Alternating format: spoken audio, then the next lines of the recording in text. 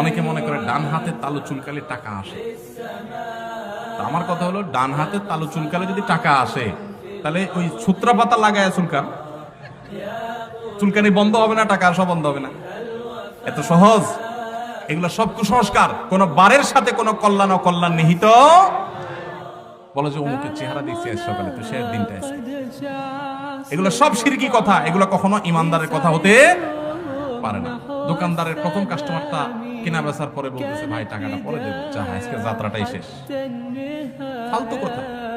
অনেক দোকানদার প্রথম যাত্রা কাস্টমার মোটা অঙ্কের নগদ টাকা দিয়ে কিনছে, সারাদিন মাছি মারতেছে, আছে না? অতএব এগুলোর সাথে কখনো লাভ ক্ষতির সম্পর্ক।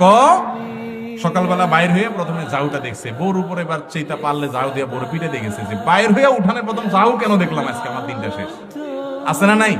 এগুলো সব মূর্খতা। এগুলোর মধ্যে সমস্ত লাভ এবং ক্ষতির মালিক কে?